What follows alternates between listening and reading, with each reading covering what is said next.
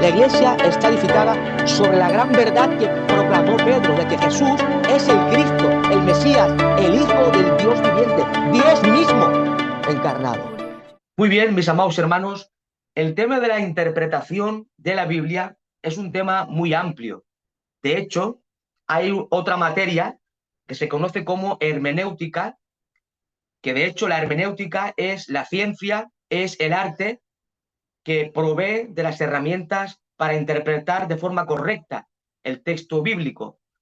O sea, en otras palabras, podríamos iniciar una serie de estudios de 2 o 3 meses tratando el tema de la interpretación de la Biblia. Es un tema amplio, es una materia. Pero nosotros en esta tarde, con la ayuda del Señor, vamos simplemente a dar una visión muy sencilla, muy panorámica, a vuelo de pájaro, como se suele decir, para que tengamos una idea y los que ya saben, pues recuerden un poco lo que ya sabemos, ¿no? De cómo acercarnos al texto sagrado para poder interpretar de forma correcta la palabra del Señor. ¿Mm? Y sin más, comencemos hablando un poquito, de forma breve, acerca de la historia de la interpretación. La historia de la interpretación bíblica, en este caso. Podemos ver, de alguna forma, el origen de la interpretación de la Escritura en el libro histórico de Nehemías. Si tiene su Biblia, le invito a abrir su Biblia en el libro de Nehemías, capítulo 8, versículo 8.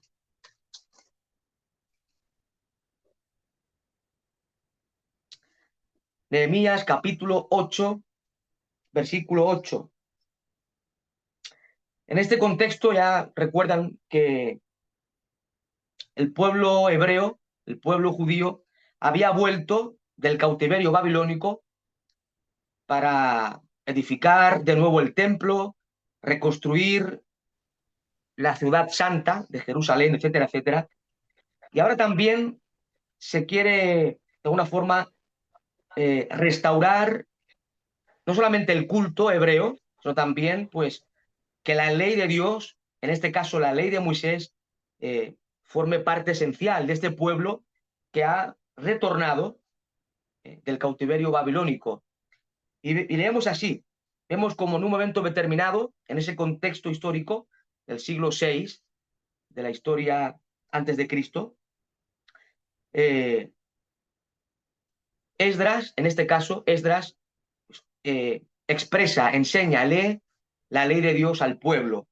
Y bueno, podríamos leer el capítulo entero porque es interesante, pero solamente el versículo 8. Nehemías 8, 8 dice así, y leían en el libro de la ley de Dios claramente, notar esto, y ponían el sentido de modo que entendiesen la lectura. Vuelvo a leerlo. Y leían en el libro de la ley de Dios claramente y ponían el sentido de modo que entendiesen la lectura. Aquí, de alguna forma, pues la mayoría de historiadores, teólogos, comentaristas, nos enseñan que de alguna forma ahí encontramos lo que podemos llamar el origen de la interpretación, en cierto modo, ¿no? Vemos cómo el pueblo judío que ha vuelto del cautiverio babilónico, pues comienzan a leer las escrituras y ponen el sentido, es decir, la interpretación, qué significa lo que estaban leyendo. Y eso es básicamente interpretar la palabra de Dios. Recordemos de que las escrituras en hebreas del Antiguo Testamento estaban escritas precisamente en hebreo.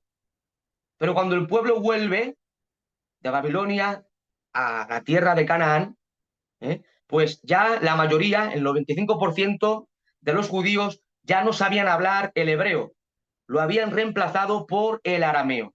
Y por tanto era necesario dar el sentido, traducir, interpretar lo que leían.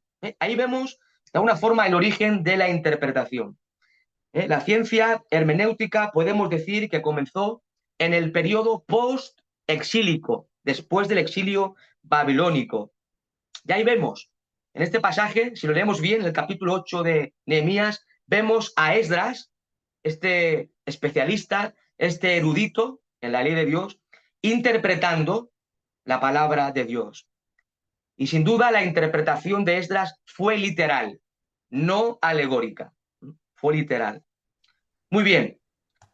Veamos algo acerca de la interpretación judía de la escritura en tiempos de Cristo, por ejemplo. La interpretación judía o la interpretación de la Biblia desde el pensamiento judío en tiempos de Cristo en el siglo I. Gran parte de los judíos y rabinos, ya en tiempos de Cristo, siglo I, ya interpretaban de alguna forma la escritura de forma literal. De hecho, según algunos comentan, muchos judíos llegaron a utilizar un método hiperliteralista, o sea, al pie de la letra, cada palabra. Pero a pesar de sus errores, sí vemos que el método literal para interpretar los textos bíblicos era común para interpretar la Biblia ya en tiempos de Cristo, en el siglo I. Cuando leemos los escritos del Nuevo Testamento, los evangelios, los escritos de los apóstoles, de Pablo, de Juan, de Pedro, etcétera, etcétera, vemos que los escritores neotestamentarios interpretan el Antiguo Testamento, yo diría, de una forma literal, no tanto alegórica. Ahora, un autor dice lo siguiente, que es interesante. Un especialista dice así: cuando los escritores del Nuevo Testamento citan porciones y pasajes del Antiguo Testamento, lo hacen o bien respetando el contexto literal en que fue escrito, o bien en un porcentaje nada desdeñable de casos, actualizándolo en un entorno nuevo, empleándolo para confirmar e ilustrar el hecho de la culminación de la historia de la salvación en la persona y la obra del Señor Jesucristo. En ese sentido, los apóstoles y sus discípulos directos leen las escrituras hebreas del Antiguo Testamento, podemos decir, en clave promesa, cumplimiento. En clave promesa y cumplimiento. O en clave tipo, antitipo. Y sigue diciendo este autor: cuando se observan los escritos neotestamentarios en donde se hace alusión a la literatura del Antiguo Testamento, se ve con claridad que los apóstoles, a veces, no siempre, por supuesto, pero en algunas ocasiones, los apóstoles hicieron poco caso a ciertos detalles literarios, más bien se centraron en ver a Cristo en toda la escritura. Por tanto, como dice este erudito, la lectura de la Santa Biblia que hicieron los primeros discípulos fue, ante todo, una lectura cristológica y cristocéntrica. Y es cierto, ¿verdad, mis amados hermanos? Cuando vemos los escritos del Nuevo Testamento, cuando los apóstoles, ¿no? Pablo, el autor de Hebreos, cuando citan las escrituras hebreas del Antiguo Testamento, ciertos episodios, ciertos textos y pasajes del Antiguo Testamento, muchas veces los escritores sagrados lo proyectan en la persona y obra de Cristo. Lo llevan a ese propósito de presentarlo de una forma cristocéntrica y cristológica, dando a entender que toda la historia narrada en las escrituras del Antiguo Testamento apunta a Cristo, el Salvador del mundo, el Mesías, ya que Cristo es el centro de toda la Sagrada Escritura. Y esto es un ejemplo para nosotros hoy. Debemos leer la Biblia siempre teniendo en cuenta a Cristo. Cristo es el centro de toda la Escritura. Muy bien. ¿Cuándo surgió el método alegórico de interpretación? Esto es importante. ¿Cuándo surgió el método alegórico de interpretación? Uno de los pioneros en usar el método alegórico para interpretar el Antiguo Testamento fue un judío helenista llamado Filón de Alejandría. Filón de Alejandría. Él fue uno de los primeros, quizás el primero, en usar el método alegórico para interpretar los textos del Antiguo Testamento. En realidad, Filón de Alejandría usó este método con un propósito apologético, es decir, conciliar la ley de Moisés con la filosofía griega. Filón de Alejandría, de alguna forma, en su lectura del Antiguo Testamento, en su interpretación, quería conciliar la ley de Dios, en este caso la ley de Moisés, con el pensamiento griego, con la filosofía de los griegos. Esta forma de interpretación, más adelante, influyó enormemente en una escuela de estudios bíblicos, una escuela catequética de Alejandría. Allá en Alejandría, de Egipto, se fundó una escuela allá por el siglo II después de Cristo y destacaron figuras como Clemente de Alejandría y Orígenes también. Clemente y Orígenes de Alejandría. Desde entonces, mis amados hermanos, prácticamente así a grosso modo, desde el siglo II de nuestra era hasta el siglo XV o siglo XVI, predominó, predominó el método alegórico para interpretar los textos bíblicos. El primer director de la escuela catequética, una escuela de estudios bíblicos, podemos decir hoy, una escuela teológica, allá en Alejandría, el que la fundó, el primer director fue un hombre llamado Panteno. Panteno. En el siglo II, Panteno abrió esta escuela en Alejandría y él marcó de alguna forma las directrices que debían seguirse, siendo continuadas por estas dos grandes figuras de la patrística, de los padres de la Iglesia, como ya hemos dicho, Clemente de Alejandría y Orígenes. Orígenes quizás fue uno de los grandes ilustres, más ilustres teólogos y exégetas de aquel contexto, de aquel momento. Ahora bien, partiendo del entorno filosófico neoplatónico y estoico, de los principios de la escuela de Filón de Alejandría, los cristianos alejandrinos establecieron la alegoría como método exegético por excelencia para interpretar la escritura. O sea, influenciados por el pensamiento griego, por el pensamiento especialmente de Filón de Alejandría, los discípulos de la escuela en Alejandría usaban como el mayor método el método alegórico. El método alegórico. Para que entiendan más o menos, el método alegórico es, por ejemplo, me lo invento, pero sería algo así. ¿Usted se acuerda cuando Jesús entró en la entrada triunfal en Jerusalén? ¿Os acordáis de ese momento? Jesús entra en un pollino en Jerusalén. Pues imagínese que en lugar de interpretar literalmente este suceso, yo comienzo a divagar en mi mente y digo, bueno, pues el burro o el pollino representa la ley, por decir algo. Jesús representa el Salvador y la ciudad de Jerusalén representa la salvación. A ver, eso no es así. No podemos interpretar así la Biblia. Es un tremendo error, ¿verdad? Pero eso es básicamente alegorizar la Biblia. Es colocar tus pensamientos, lo que a ti se te ocurre, que puede simbolizar o representar algún texto o alguna historia, y eso es una locura para interpretar la Biblia. De hecho, es un método terrible. No usemos jamás el método alegórico porque no es el correcto para acercarnos al texto sagrado. Por otro lado, mis amados hermanos, aunque los judíos, los cristianos en Alejandría interpretaban la Biblia alegóricamente, había otra escuela en Antioquía, otra escuela catequética en Antioquía, donde se daba preeminencia al método literal para interpretar la Biblia.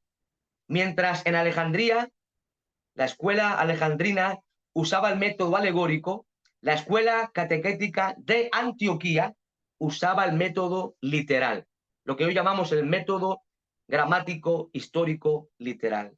Después veremos qué significa esto. Y en esa escuela de Antioquía pues destacan figuras como Luciano, Diodoro, Teodoro de Mopsuestia, del gran predicador y comentarista Juan Crisóstomo, ¿eh? Entre otros teólogos. Ellos usaban el método gramático histórico literal. Puede escribir esa palabra, método gramático histórico literal, para interpretar la palabra de Dios. Ahora bien, durante toda la Edad Media, prácticamente, como ya he dicho, a grosso modo, pues predominó el método alegórico para interpretar la Biblia. Pero llegamos al siglo XVI, con los reformadores, como Lutero, Calvino, Zwinglio, Melanchthon, entre otros. Con Martín Lutero, Calvino y otros más, comenzaron a enfatizar la tremenda y gran necesidad de usar el método gramático histórico literal para interpretar de forma correcta los textos bíblicos. Ya, por ejemplo, el gran humanista católico Erasmo de Rotterdam, siglo XV, él fue una especie de eslabón, ya que Erasmo de Rotterdam, de alguna forma, hizo énfasis en la interpretación literal de la Biblia. Más tarde, el gran teólogo de la historia de la Iglesia, Juan Calvino, él ensalzó debidamente el método literal de interpretación bíblica. De hecho, bueno, en tiempos de posreforma, después de la reforma del siglo XVI, también se levantaron grandes pensadores cristianos, teólogos, pastores, predicadores, eruditos, que también ensalzaban el método literal para interpretar la palabra de Dios. Por ejemplo, tenemos los puritanos del siglo XVI, XVII y los primeros teólogos bautistas del siglo XVII. Ellos también hicieron énfasis en interpretar la Biblia de forma literal, de forma normal. ¿Mm? Rechazaban el método alegórico. Ahora, veamos así, de forma sencilla y breve, algunos, no todos porque hay muchos, algunos métodos usados para interpretar la Biblia. Han habido muchos métodos, ¿eh? No solamente el histórico literal o el gramático histórico o el alegórico, sino que hay cientos de métodos que la gente utiliza en el día de hoy, en el pasado, etcétera, etcétera. Por ejemplo, hay un método que se conoce como el método numérico. Método numérico. Por ejemplo, algunas exposiciones, algunos estudios judaicos del Antiguo Testamento reducían las palabras del texto sagrado al valor numérico que en hebreo tiene sus letras. Y se buscaba luego otras palabras del Antiguo Testamento con las mismas letras, ¿eh? que sumaran las mismas cifras. O sea, un poco de matemática, ¿no? Es una locura esto, ¿no? O sea, reducían las palabras, las letras, a su valor numérico. ¿Mm? Y esto es una locura, esto es aritmética, ¿no? Esto es aritmética. Esto algunos judíos lo han hecho en la historia, ¿Mm? Pero no es un método correcto. La Biblia no es matemática, es otra cosa, es un libro, ¿eh? Es literatura, no matemáticas. ¿Sí? Y también encontramos, en segundo lugar, el método alegórico. Ya lo hemos mencionado, ¿verdad? Este método alegórico, no extrae el significado legítimo del lenguaje del autor, sino que más bien introduce en el texto lo que al capricho y fantasía del intérprete se le ocurre. O sea, el método alegórico, en lugar de analizar lo que el texto dice, en realidad, introduce su pensamiento en el texto. Y en lugar de hacer exégesis, hace eisegesis. En lugar de extraer el significado real del texto, introduce su pensamiento en el texto. Eso es grave, eso es muy grave para interpretar la palabra de Dios. En tercer lugar, encontramos el método liberal, que usan, evidentemente, los teólogos modernistas o teólogos liberales.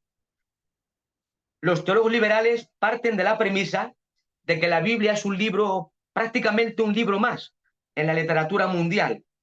La Biblia para ellos no tiene nada de especial, no es inspirada, no es inerrante, no es palabra de Dios.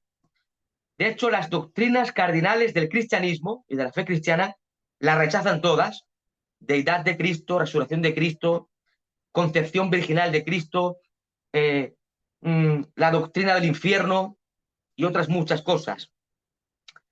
Las doctrinas son arrancadas de la Biblia por los liberales, negando lo sobrenatural y milagroso que hay en la palabra de Dios.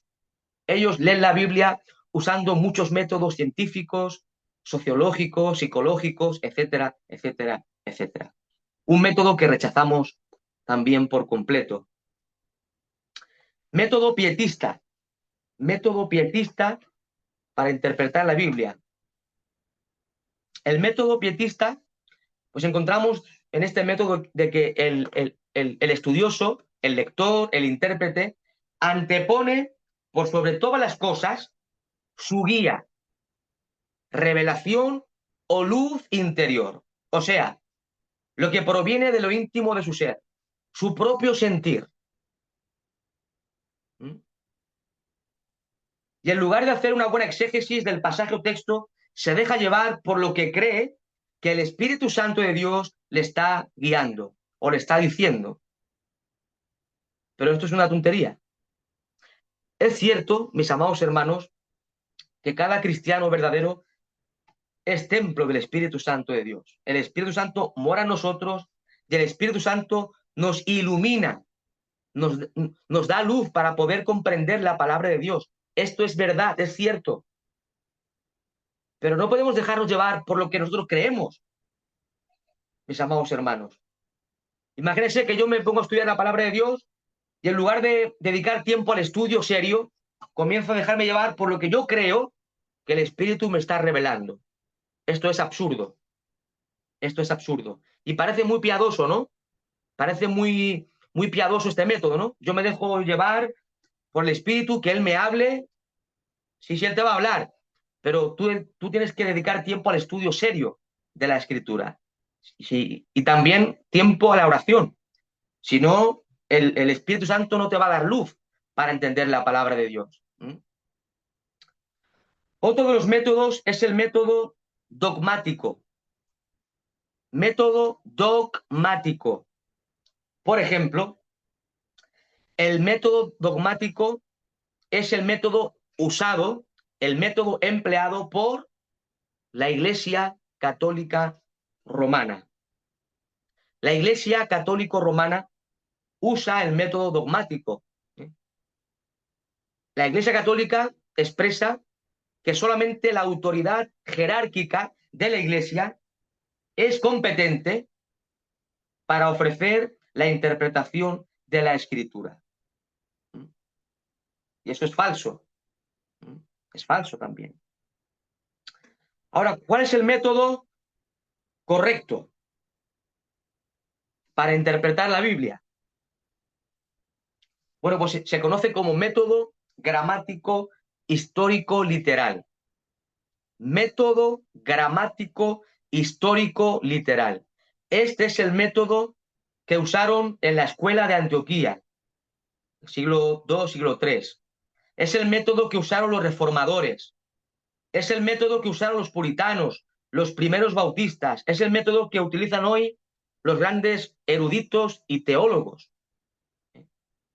Método gramático histórico literal.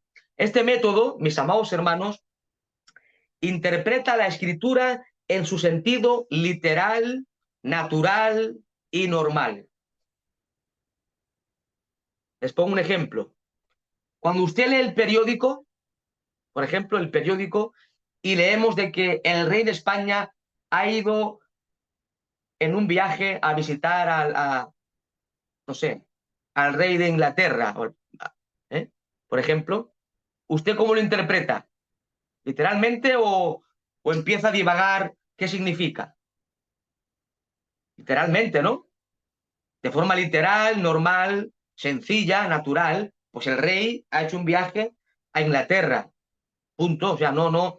El rey significa o representa a España. El viaje representa el esfuerzo. No, a que no leemos así el periódico. ¿No es verdad? Pues tampoco la Biblia. Tampoco la Biblia. El método gramático histórico literal considera que la Biblia es una historia fidedigna que debe interpretarse de acuerdo a las normas gramaticales, teniendo en cuenta el contexto, el tiempo y el lugar en donde se escribe el texto. La finalidad de este método es extraer, sacar el verdadero y original significado de los textos y palabras de la Biblia. Es decir, el método gramático histórico literal intenta decir lo que el autor original quiso decir cuando lo escribió. ¿Mm?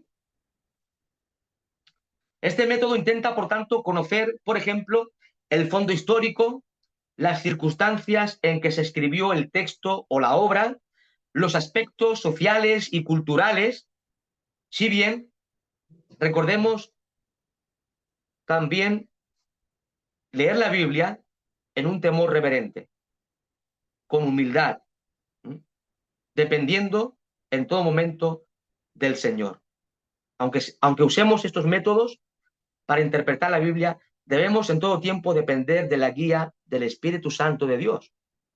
Antes de estudiar la Biblia, hay que orar y pedir a Dios su dirección, depender de Él, pero hay que trabajar. Para estudiar la Biblia no se puede estudiar la Biblia en 5 minutos. No, es imposible. Eso requiere horas, días, semanas, años, toda la vida. Muy bien. Vamos a ver algunas consideraciones generales sobre la interpretación. Algunas cosas así son prácticas para nosotros en nuestro día a día, en nuestra lectura, en nuestro estudio de la palabra de Dios. Por ejemplo, tenemos que interpretar las palabras. Interpretación de las palabras. La exégesis seria, el estudio serio, comienza interpretando las palabras que encontramos en un capítulo, en un texto o en un pasaje. Por esto es importante estar seguro de lo que técnicamente se conoce el usus loquendi, de las palabras, o sea, el uso normal y natural que se le daba en aquel contexto de la historia en el libro concreto que estamos leyendo, ¿no? Les pongo un ejemplo. Debemos, mis amados hermanos, escudriñar las escrituras hasta conocer el uso y el sentido bíblico de las palabras. Por ejemplo, les pongo un ejemplo para que lo vean. En Génesis capítulo 6 dice que Dios miró la tierra y que estaba corrompida. ¿Os acordáis? ¿Os acordáis de esa sociedad antediluviana, antes del diluvio? La Biblia dice en Génesis capítulo 6 que Dios miró la tierra y estaba corrompida porque toda carne había corrompido su camino. Ahora bien, los términos tierra, camino y carne, ¿cómo lo interpretamos? Tierra, camino, carne. Claro, esos tres términos en el Génesis 6 no es como se interpreta hoy.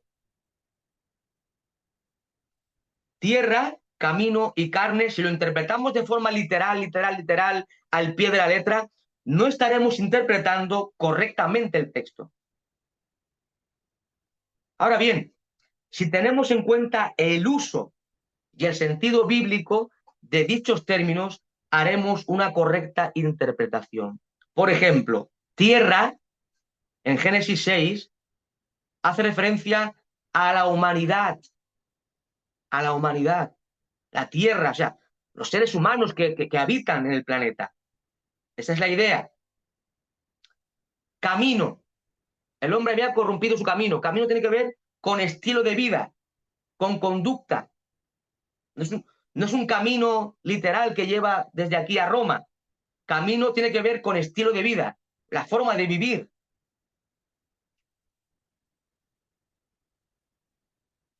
Y por otro lado, la carne, cuando dice Génesis 6 que toda carne se corrompió, ¿se refiere a la carne de caballo que se corrompe?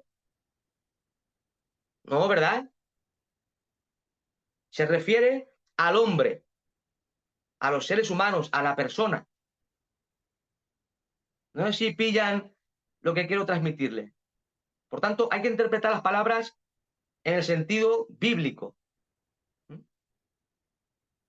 Otro ejemplo, en Lucas 1:69. Lucas, capítulo primero, versículo 69, leemos así. Dice la escritura, y nos levantó un cuerno de salvación en la casa de David. Y nos levantó un cuerno de salvación en la casa de David. Es evidente, hermanos queridos, que no debe interpretarse todo al pie de la letra. O sea, hay que interpretarlo literalmente, sí, pero no al pie de la letra tal cual, porque caemos en falsas interpretaciones. Teniendo en cuenta, por ejemplo, el uso bíblico de las palabras, veremos de que cuerno aquí, en Lucas 1:69, expresa poder o fuerza, no un cuerno literal, ¿sí? Habla de poder, de fuerza. Por otro lado, cuando dice la Biblia casa de David, la palabra casa no se refiere a una casa con 3 habitaciones, un cuarto de baño y una cocina. No se refiere a una casa como cada cual está en su casa, no se refiere a eso. Se refiere más bien a la familia, a la descendencia. ¿Sí? Creo que todos más o menos entendemos estas cosas, ¿verdad? Por tanto, hay que tener en cuenta el uso bíblico de las palabras. Cuando dice la Biblia en Lucas 1:66 que nos levantó un cuerno de salvación en la casa de David, nos levantó un cuerno, tiene que ver con poder, con fuerza, en la casa de David, o sea, de la descendencia, de la familia, en este caso del rey David. Otro aspecto importante, cuando una palabra tiene varios significados en su uso común, es preciso escoger aquel que se ajusta más al texto. Amados hermanos, a veces una palabra, un término en el texto bíblico puede tener varios significados según el contexto. Por ejemplo, la palabra fe tiene diferentes significados y matices. Por ejemplo, os invito a 1 Corintios. 1 Corintios capítulo 13.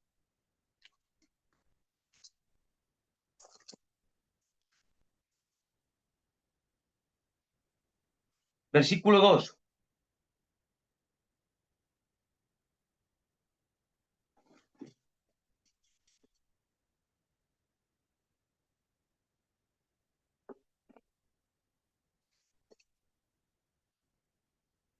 Primera Corintios, capítulo 13, versículo 2.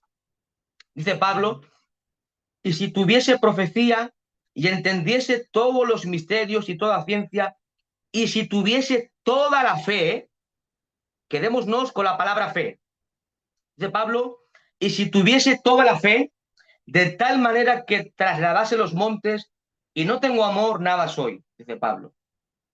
Vale, aquí la palabra fe tiene que ver con la fe de milagros, una fe de milagros, que cree que Dios puede hacer muchas cosas, ¿verdad? Es una fe de milagros en ese contexto. Ahora, por ejemplo, Efesios capítulo 2, versículos 8 y 9. Porque por gracia sois salvos, por medio de la fe, y esto no de vosotros, pues es don de Dios. En Efesios 2, 8 y 9, la fe no se refiere a una fe de milagros, se refiere a una fe salvífica, una fe salvadora, la fe que es puesta en Cristo y salva al hombre. Otro ejemplo, abra su Biblia en Hechos de los Apóstoles, capítulo 6. Hechos de los Apóstoles, capítulo 6,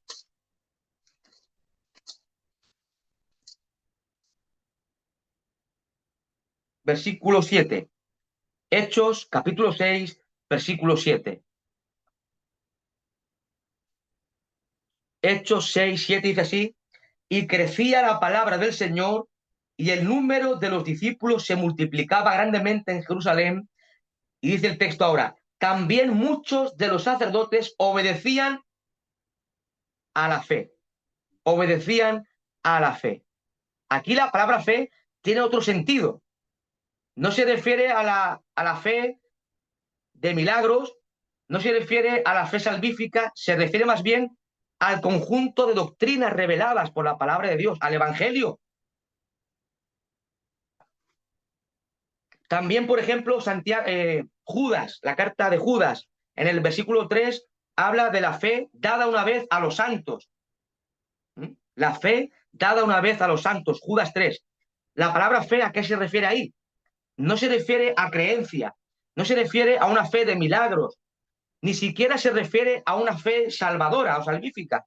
Se refiere al conjunto de doctrinas reveladas en la palabra de Dios, a todo el cuerpo de doctrina que Dios ha revelado en su palabra. Tenemos una sola fe, un cuerpo de doctrina, la palabra de Dios, la doctrina bíblica. Eso es fe en Judas 3 o en Efesios 4. Un Señor, una fe. Por tanto, vemos, mis amados hermanos, de que las palabras tienen un significado u otro según el contexto. Otro ejemplo, por ejemplo, el término carne. La palabra carne, especialmente en los escritos del apóstol San Pablo, a veces hace referencia al cuerpo físico, ¿verdad? En algún texto, carne hace referencia a cuerpo humano, a naturaleza humana. Juan 1:14, y aquel verbo fue hecho carne. Se hizo hombre. Se hizo hombre. Esa es la idea. Pero en los escritos de Pablo, muchas veces la palabra carne hace referencia a la naturaleza caída, la naturaleza corrompida por el pecado. ¿Mm? Otro ejemplo, la palabra mundo. La palabra mundo. ¿Os acordáis del pasaje? Claro que os acordáis, si no, malamente. Juan 3:16, de tal manera amó Dios al mundo. Ahí la palabra mundo puede significar los hombres, los seres humanos, ¿no? Dios amó a las personas, seres humanos. ¿Mm? Pero miren otro ejemplo. Abra su Biblia en Lucas capítulo 2.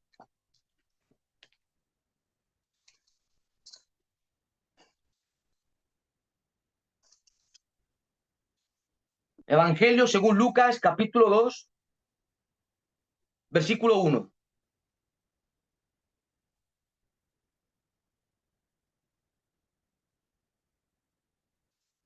Lucas capítulo 2, versículo 1, dice así la palabra del Señor.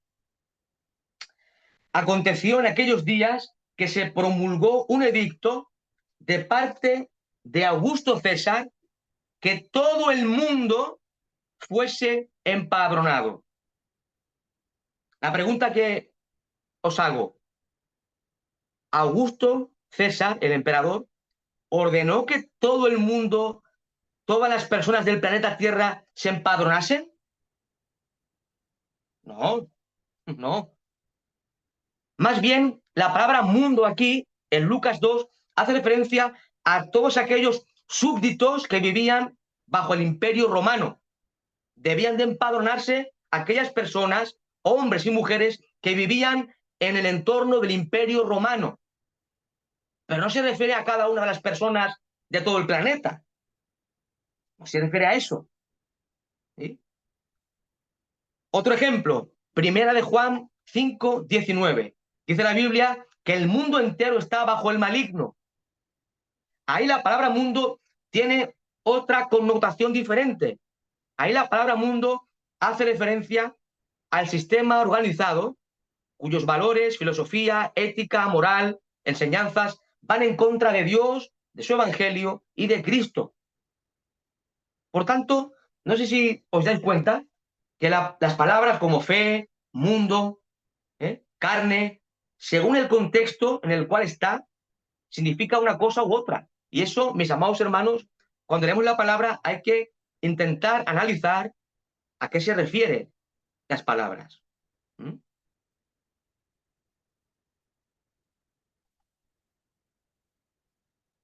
Otro elemento importante es interpretación del contexto, tener en cuenta el contexto. Es de vital importancia, amados hermanos, atender al contexto para interpretar bien, fielmente, la palabra de Dios. Para analizar el contexto, será preciso tener en cuenta algunos elementos básicos. Por ejemplo, investigar cada palabra de cada pasaje y cómo la conexión se forma con partículas del lenguaje. A estas hay que darles el significado que el asunto o contexto requieren. En segundo lugar, hay que tener en cuenta, o más bien examinar, si el autor sigue su discurso, no sea que supongamos que está haciendo una transición a otro argumento, y no sea así, sino que esté siguiendo con el mismo hilo de pensamiento. Y otra cuestión, no se debe admitir ninguna explicación sino la que cuadra y está más en armonía con el entorno del texto o del pasaje. Vamos a ver un simple ejemplo. Filipenses capítulo 4.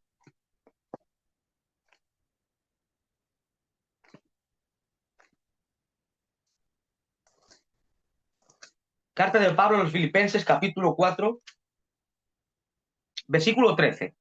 Por poner algún ejemplo, me viene a la mente. Filipenses 4:13. Este es un versículo que se cita mucho en el mundo cristiano, ¿eh? Y se usa de diferentes formas, en diferentes contextos y circunstancias, pero muchas veces, yo creo que en la mayoría de casos, los cristianos que lo citan no saben a qué se refiere Pablo con esa palabra. Lo citan por citar, sin tener en cuenta el contexto original de esa expresión. Por ejemplo, Filipenses 4:13 dice el apóstol Pablo, esa expresión tan conocida por todos, todo lo puedo en Cristo que me fortalece. Todo lo puedo en Cristo que me fortalece. Ahora, amados hermanos, hay que tener en cuenta el contexto. El contexto tiene que ver, para que entiendan todos, lo que hay detrás, lo que antecede y lo que sigue. ¿Eh? El versículo 13 está en un sitio donde hay más atrás y hay más texto adelante, para que lo entiendan. ¿Sí? Ahora, leamos Filipenses 4:11 hasta el 13. Lo entenderemos mejor. Notad. Filipenses 4, versículos 11 al 13. Dice así, no lo digo porque tenga escasez, pues he aprendido a contentarme cualquiera que sea mi situación. Sé vivir humildemente y sé tener abundancia. En todo y por todo estoy enseñado, así para estar saciado como para tener hambre, así para tener abundancia como para padecer necesidad. Y ahora dice en ese hilo de pensamiento, todo lo puedo en Cristo que me fortalece. O sea, en cada circunstancia que Pablo atravesaba de escasez, ¿eh? ¿Verdad? Como él expresa, él sabía, él había aprendido a estar saciado y a estar en escasez. Pero en esa circunstancia concreta, Pablo dependía del poder de Cristo. Todo lo puedo en Cristo que me fortalece en esa circunstancia concreta. ¿Sí? Otro ejemplo, Filipenses 2. Filipenses capítulo 2. ¿Os acordáis de esa porción cristológica? Filipenses 2, donde dice Pablo, haya pues en vosotros este sentir que hubo en Cristo, tal. Es un párrafo cristológico tremendo, ¿eh? Hay una cristología ahí profunda y rica, impresionante. Pero Pablo, en este contexto, no está tratando de dar una clase de cristología. No es su intención. Tengamos en cuenta el contexto. Filipenses 2, del 3 en adelante. Notar cómo ahora cuadra todo mejor. Filipenses capítulo 2, versículos 3 en adelante. Dice así el apóstol San Pablo: nada hagáis por contienda o por vanagloria, antes bien con humildad, estimando cada uno a los demás como superiores a él mismo. Versículo 4, muy importante. No mirando cada uno por lo suyo propio, sino cada cual también por los de los otros. Ahora, en este pensamiento, Pablo pone como ejemplo supremo a Cristo. Haya pues en vosotros este sentir, etcétera, etcétera. Para entender bien el párrafo cristológico, pues hay que entender, por ejemplo, el versículo 4, no mirando cada uno por lo suyo propio, sino cada cual también por los de los otros. Cristo no miró su propio bienestar, para que entiendan. ¿eh? Él miró nuestro bien. Y aquí vemos que Pablo está tratando acerca de la humildad en el contexto y también de la generosidad. ¿Mm? El tema es la humildad y la generosidad entre los cristianos. Y en ese hilo de pensamiento, Pablo pone como ejemplo a Cristo, el cual se despojó, se humilló. ¿Para qué? Para salvarnos, para morir en la cruz por nuestros pecados y redimirnos. Por tanto, teniendo en cuenta el contexto, vamos a entender bien lo que el autor original quiso transmitir y no sacar las cosas de contexto. ¿Mm? Otro aspecto a tener en cuenta es la interpretación histórica. Interpretación histórica. Tenemos que tener en cuenta, amados hermanos, que la palabra de Dios se originó de forma histórica. ¿Mm? La Biblia no cayó del cielo, literalmente hablando. Se forjó, se escribió, se compuso en diferentes etapas de la historia, en contextos sociales, culturales, políticos bien definidos, concretos. Y para entender correctamente a un autor, ¿eh? un libro, un pasaje, una historia bíblica, hay que interpretar sus palabras. ¿eh? Dice un comentarista, es imposible entender correctamente a un autor e interpretar sus palabras sin tener en cuenta las circunstancias históricas. Por tanto, es necesario atender al contexto histórico, el entorno o fondo histórico. Para ello, mis amados hermanos, para tener en cuenta el contexto histórico, debemos estudiar todo lo que se pueda acerca del carácter, la vida y el entorno del autor en cuestión. Por ejemplo, cuando leemos la carta a los Corintios, primera a los Corintios, pues es importante estudiar primeramente a Pablo. ¿eh? ¿Cuál es, aparte de quién es Pablo y cómo se convirtió, etcétera, etcétera, dónde está Pablo cuando escribe? ¿Cuál es el entorno, la situación concreta? El sit in Leben, lo que llaman los alemanes, la situación concreta del autor, de Pablo, al escribir dicha carta. ¿Mm? Y también investigar, por ejemplo, investigar hasta donde podamos llegar, a lo más profundo, lo que tiene que ver con la geografía, datos históricos, usos y costumbres, entorno social, político, filosófico y religioso. Y os pongo un ejemplo muy sencillo que ya vimos el otro día. ¿Os acordáis de 1 Corintios 11? Pablo manda que las mujeres, las hermanas, oren con el velo, ¿verdad? Cubierta la cabeza. ¿Sí?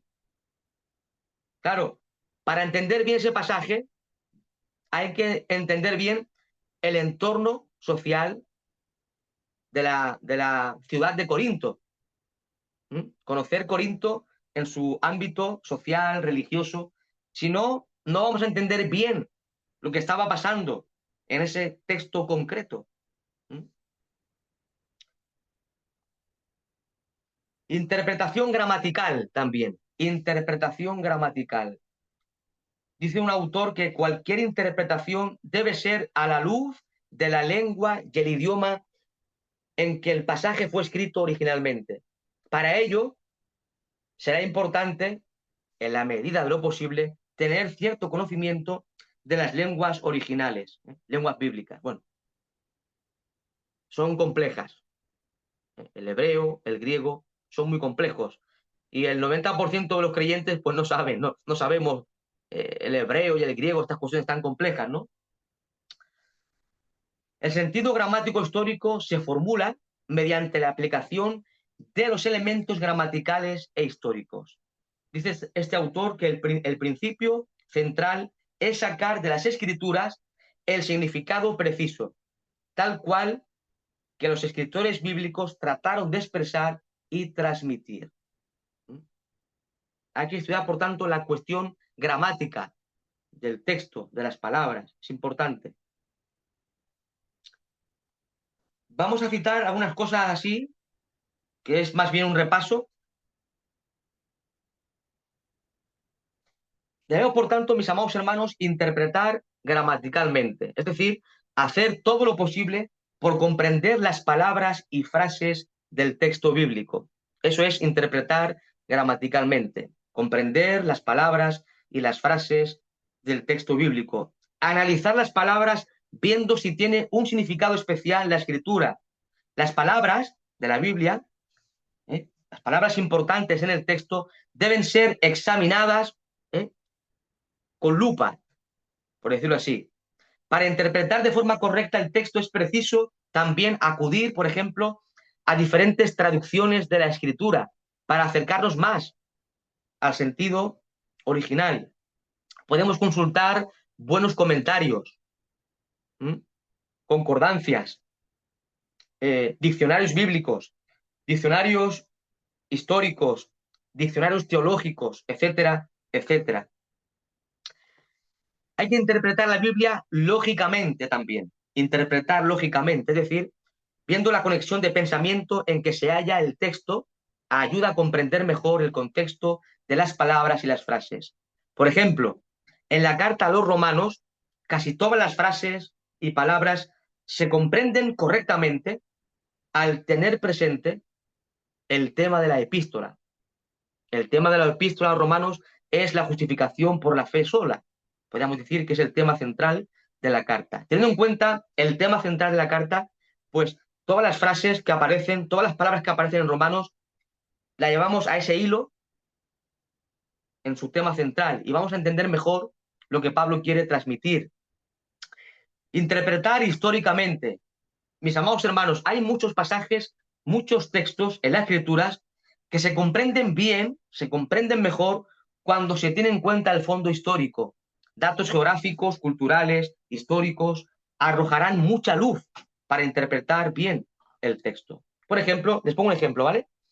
¿Os acordáis de Génesis capítulo 15, cuando el Señor establece el pacto con el patriarca Abraham? ¿Cómo Abraham, cómo Dios manda a Abraham a partir ciertos animales y ponerlos, los animales divididos? ¿Os acordáis de esa historia? ¿Eh?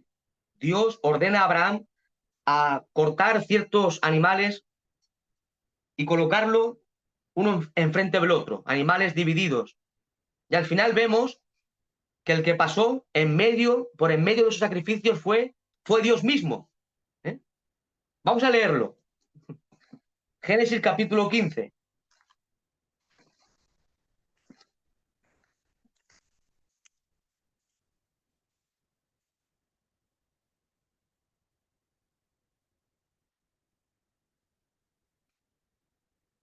Génesis capítulo 15,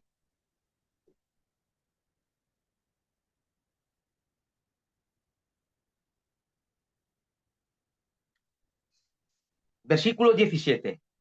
Vamos directamente al grano. Génesis capítulo 15, versículo 17.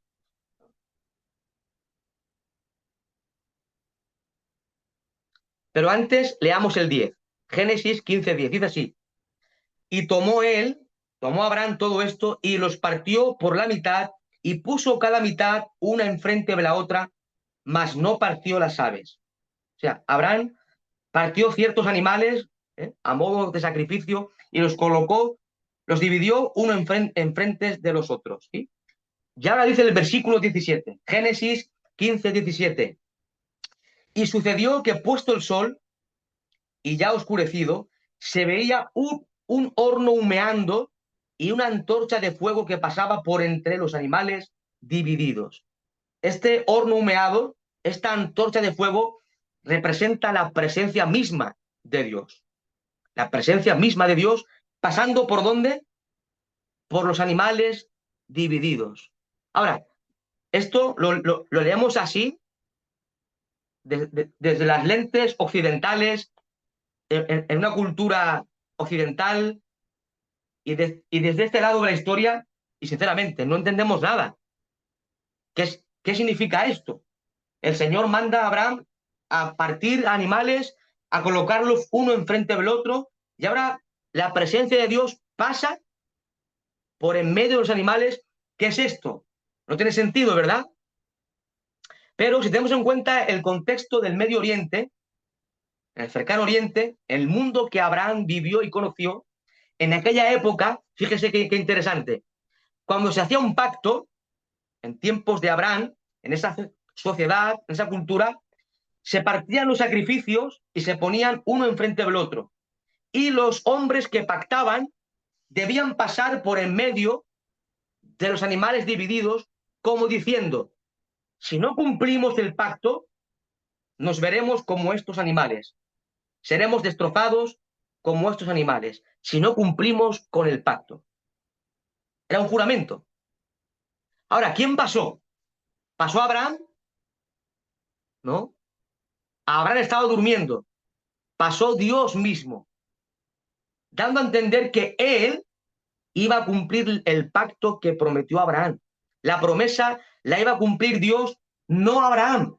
Abraham estaba en 7 sueños, como aquel que dice, pero Dios estaba pasando, como diciendo, juro que por mí mismo que voy a cumplir lo que te he prometido. Y tú no tienes nada que ver. ¿Mm?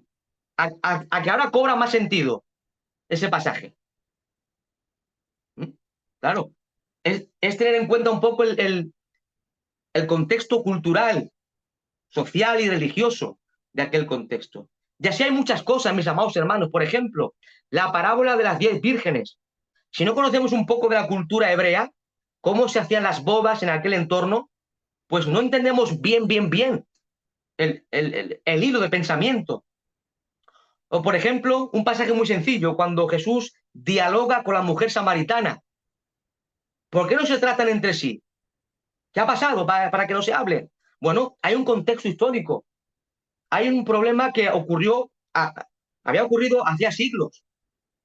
Hay un entorno concreto y hay que entenderlo para apreciar mejor el pasaje y la historia. Y así hay cientos y cientos de pasajes, de textos, que si no entendemos bien la cultura, el entorno social, político, religioso, filosófico, pues poco vamos a entender. ¿Mm?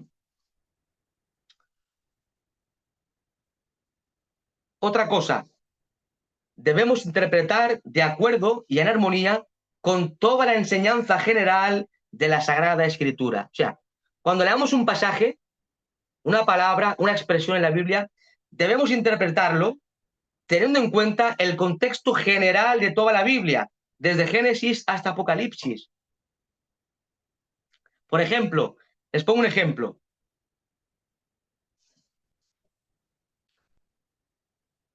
Jesús dijo en cierto momento, en Juan capítulo 14, el Padre mayor es que yo. El Padre es mayor que yo. Y ahí los cristianos nos quedamos sorprendidos. ¿Cómo es posible que Cristo diga de que el Padre es mayor que él? ¿Qué pasa? ¿Que Jesús es inferior al Padre?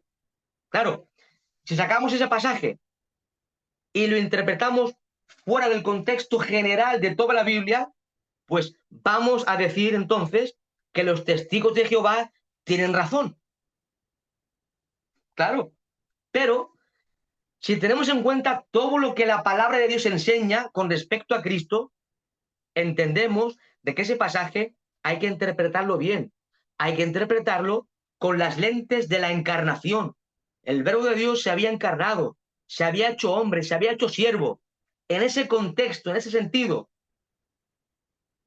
el Padre es mayor, porque Cristo estaba actuando en la redención como siervo de Dios, se sometió a la voluntad del Padre, en ese sentido. ¿Mm? Pero claro, cuando leemos otros pasajes de toda la Biblia, entendemos de que Cristo no es inferior al Padre, es igual al Padre. ¿Sí? Otra palabra, por ejemplo, en Apocalipsis capítulo 3, por ejemplo.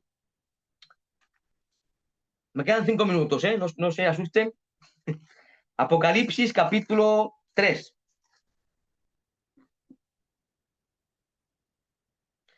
versículo 14.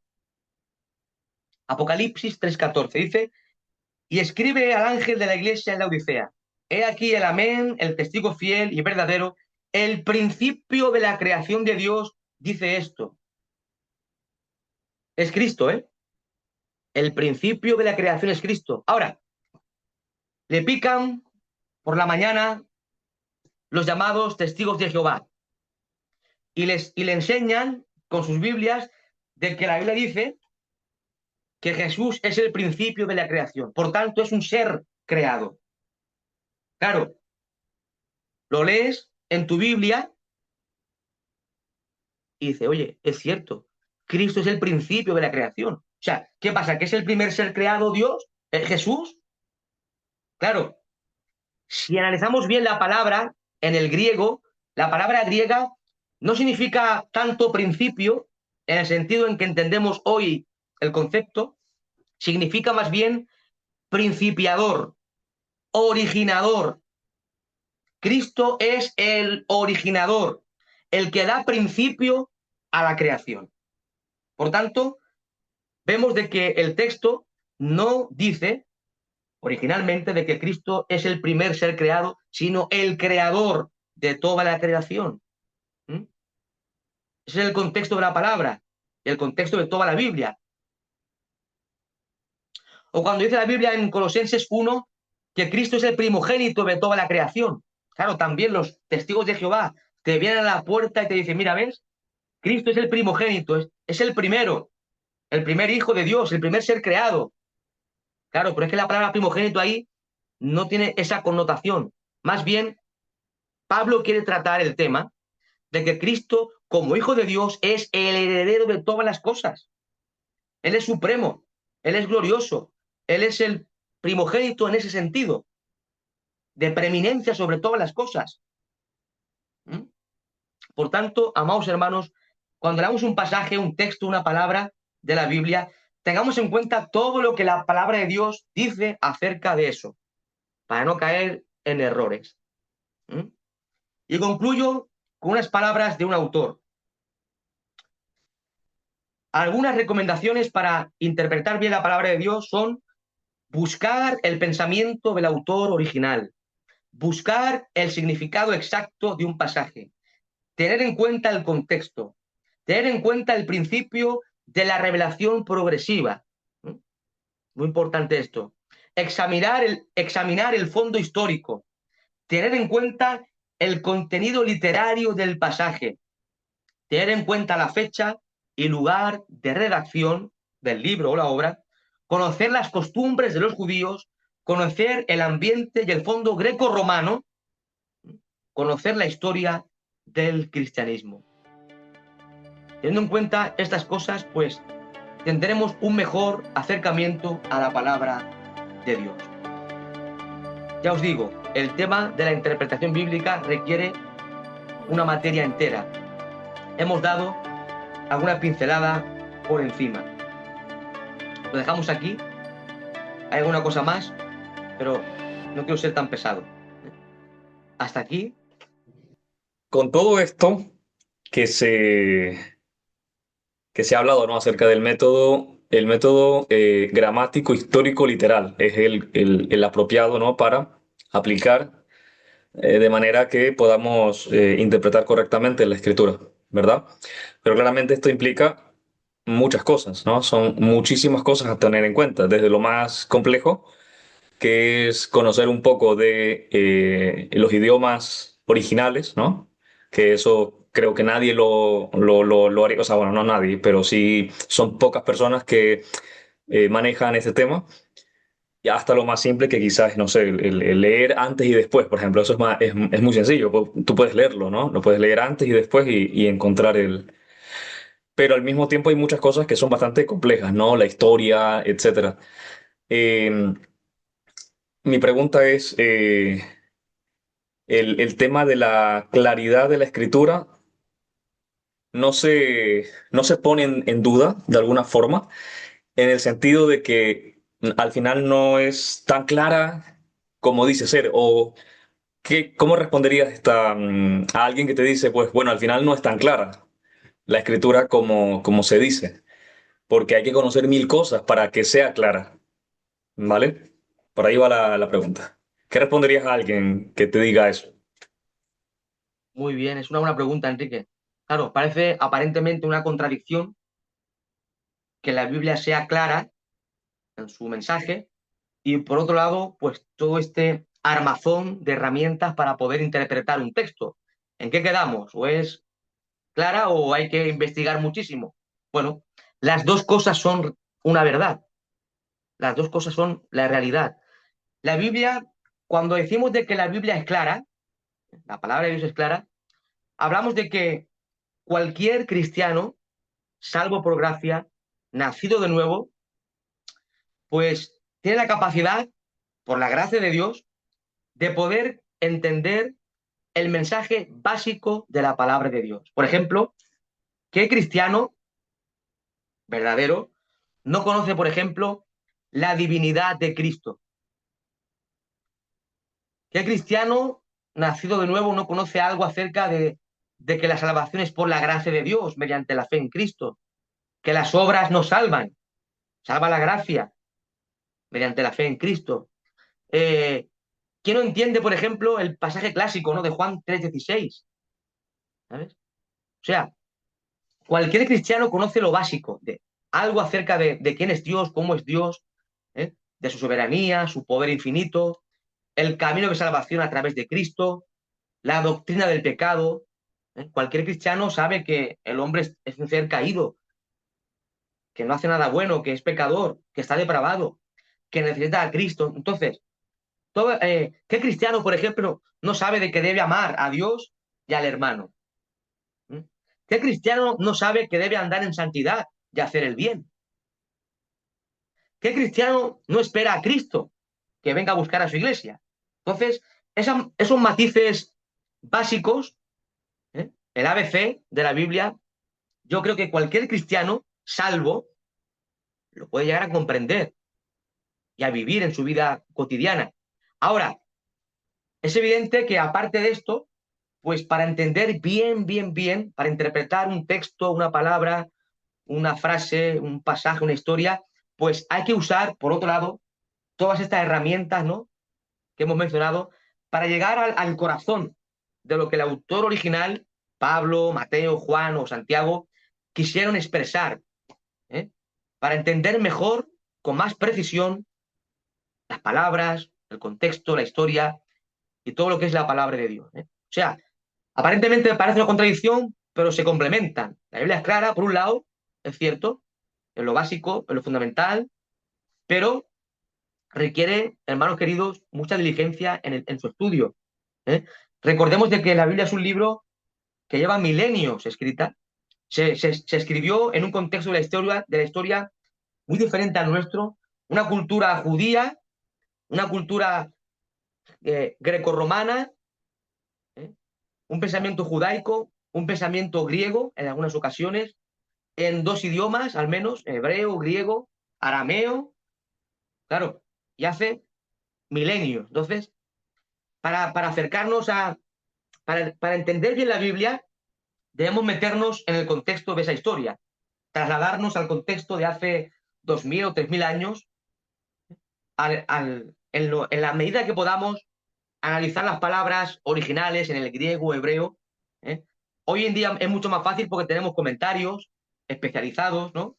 Que nos dan las palabras, el significado y es más sencillo conocer un poco de la historia, de la geografía, ¿eh? De la cultura, de la sociedad, de aquel entorno, de la política también, de aquel contexto.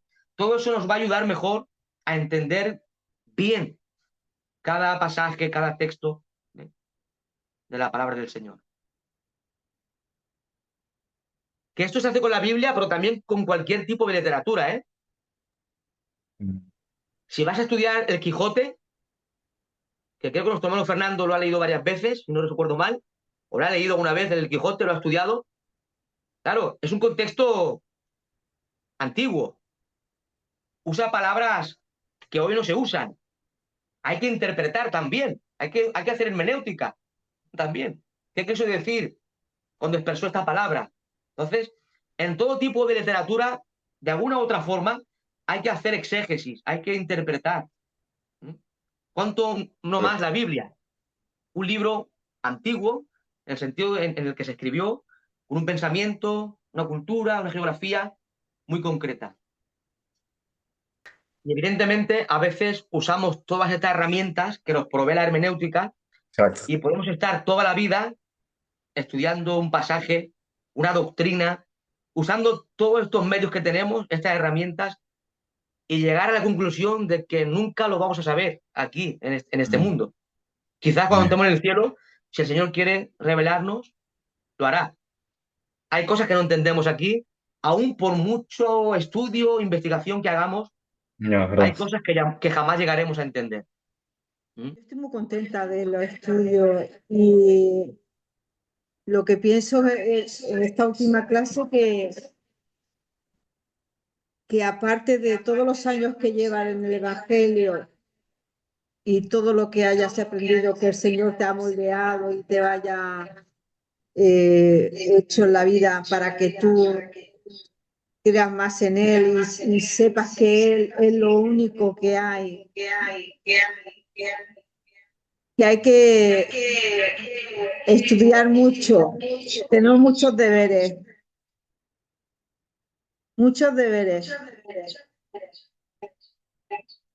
pero estoy contenta. Es un referente a los tipos y métodos de interpretación que se han enunciado varios, ¿vale? Se han enunciado varios métodos alegóricos y que creo mucha influencia de estos maestros alejandrinos y llegó muy lejos esta interpretación alegórica o espiritual. Claro, cuando se pertenece o uno se congrega en una denominación de tipo evangélica y la literatura, porque es así, ¿eh? Es así porque estamos leyendo literatura reformada, leemos literatura pentecostal y claro, cada denominación o cada, por decirlo de alguna manera, tiene sus libros y tiene sus teólogos en este sentido que han creado escuelas, ¿vale? Y eso está ahí. Entonces, ¿cuál es la balanza? ¿Cuál es el nivel para poder no llegar a extremismos? Porque tenemos que entender también que todo esto se basa en el método de interpretación. ¿Me explico? Dar sentido a las palabras de los sentidos originales también ha creado mucha discrepancia.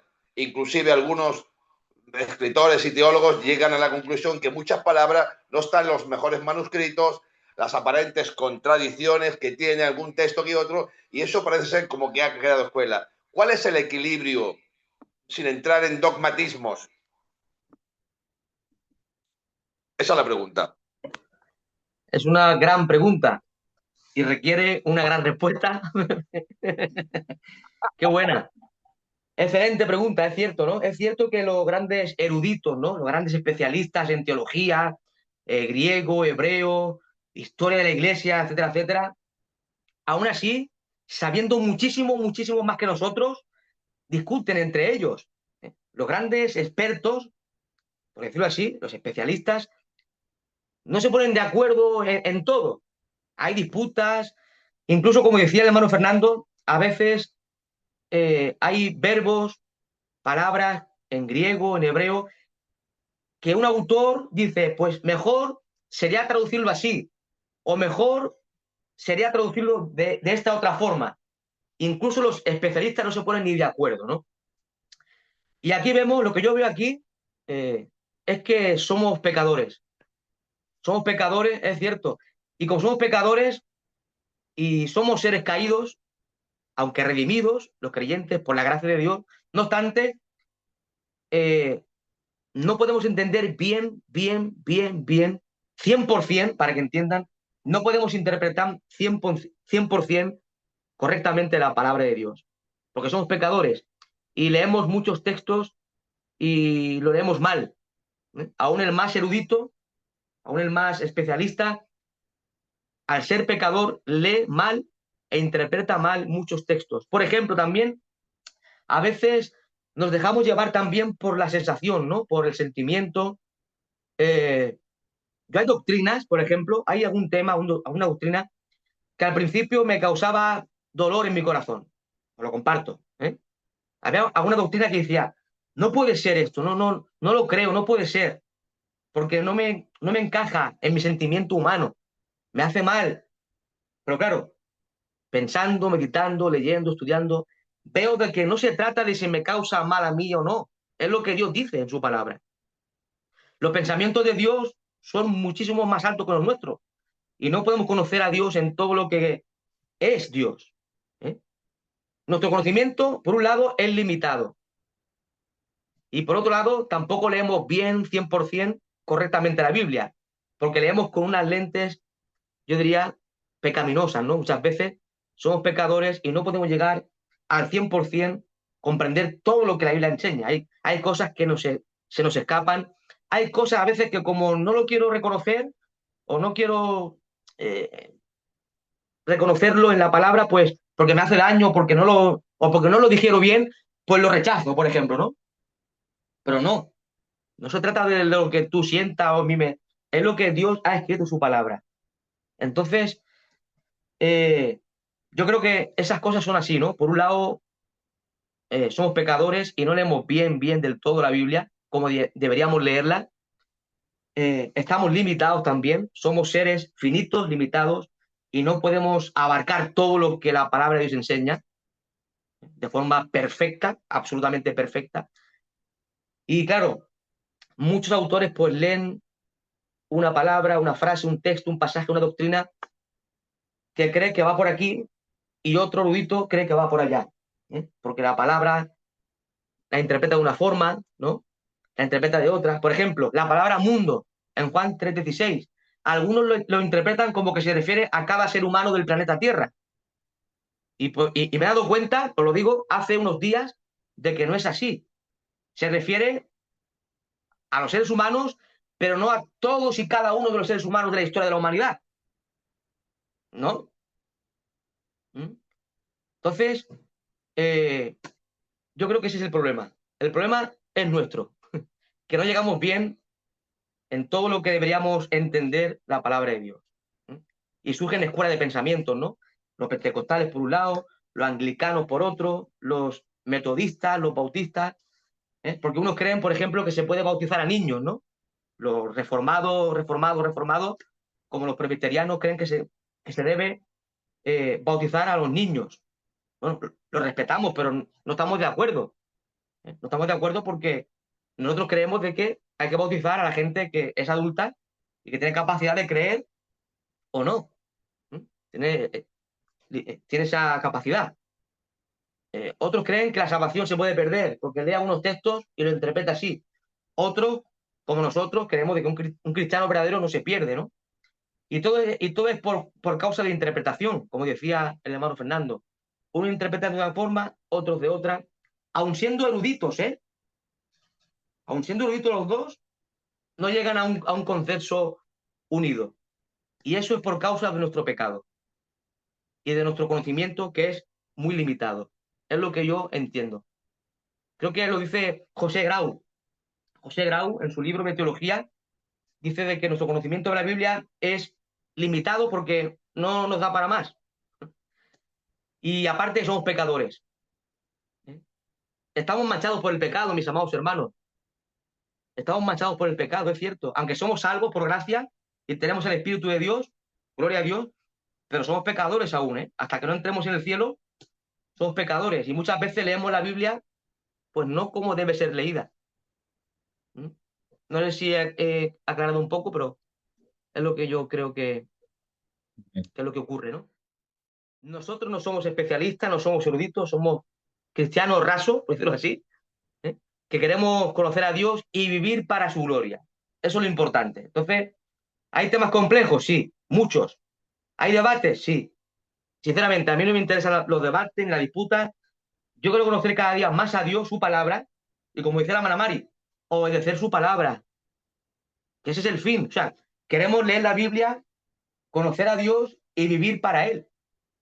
Esa es la meta, no es estar discutiendo si somos pentecostales, si somos bautistas. Eso es muy secundario, es muy secundario, ¿eh? Por supuesto, tenemos nuestra confesión de fe, claro, lo que creemos que es lo más correcto, pero no estamos aferrados a nuestra confesión de fe, no. Queremos conocer a Dios y vivir para su gloria, obedeciendo los mandamientos aparentemente más básicos, que son los más esenciales, como amarnos, ¿eh? Vivir en santidad, pasar tiempo de comunión con Cristo, leer su palabra y practicarla. Eso es lo que realmente Dios quiere. ¿Mm? Eso es lo que realmente Dios quiere. Ahora, eso bien, aunque eso es así, pues también creo que cada día más debemos ir más allá, ¿no? En nuestro estudio. Si podemos estudiar bibliología para conocer más, gloria a Dios. Si podemos conocer más de interpretar la Biblia, gloria a Dios, ¿sabes? Pero que el fin es ese, conocer a Dios y vivir una vida que le agrade a Él. Soli Deo Gloria, ese es el lema, de los cristianos reformados y todos los cristianos, ¿no? Dar la gloria al Señor. Señor les bendiga mucho, hermanos. Adiós. Buenas noches, Adiós. hermanos queridos. Bendiciones del Señor. Bendiciones.